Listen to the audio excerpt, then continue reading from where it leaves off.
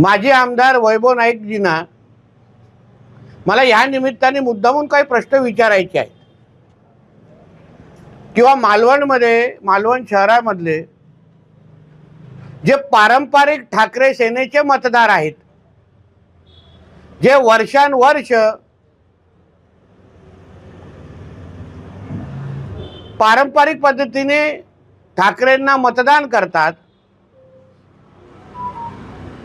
ज्यांना तुम्ही भारतीय जनता पक्ष किंवा राणे विरोधी मतदार याचाही असा तुम्ही त्यांचं विश्लेषण करू शकतात,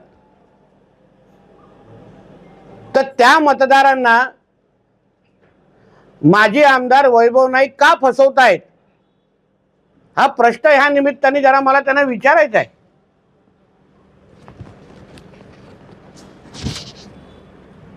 इथे हाकेच्या अंतरावर असलेले आमचा कणकवली तालुका,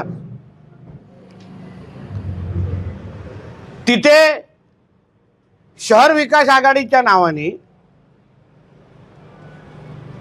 ठाकरेंची शिवसेना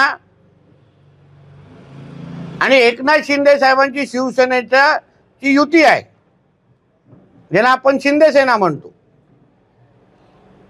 पण मालवणमध्ये एक दुसऱ्याच्या विरोधात लढतायत, एक दुसऱ्याच्या विरोधात मतदान मागतायत।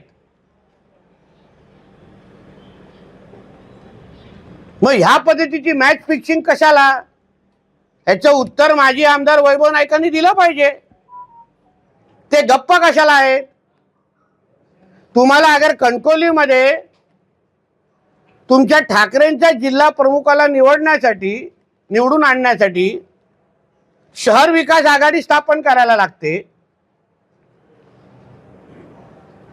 आणि त्याच्यात तुम्हाला सर्व पक्ष तुम्ही भारतीय जनता पक्षाच्या विरोधात एकत्र करता, तिथे तुम्ही शिंदे सेनेबरोबर पण एकत्र येता। मग मालवण शहरामध्ये मतदारांनी ह्याबद्दल काय विचार करावा? जो पारंपरिक ठाकरे सेनेचा मतदार आहे त्यांची ही फसवणूक नाही का? की तिथे तुम्हाला शिंदे सेना चालते पण मालवणमध्ये चालत नाही।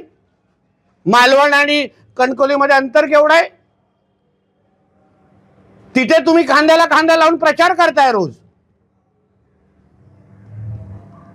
पण ह्या मालवणमध्ये येऊन तुम्हाला वेगवेगळी मतं मागायला लागतात। ह्याचं उत्तर मौनी बाबा झालेले माजी आमदार वैभव नाईकांनी दिलं पाहिजे।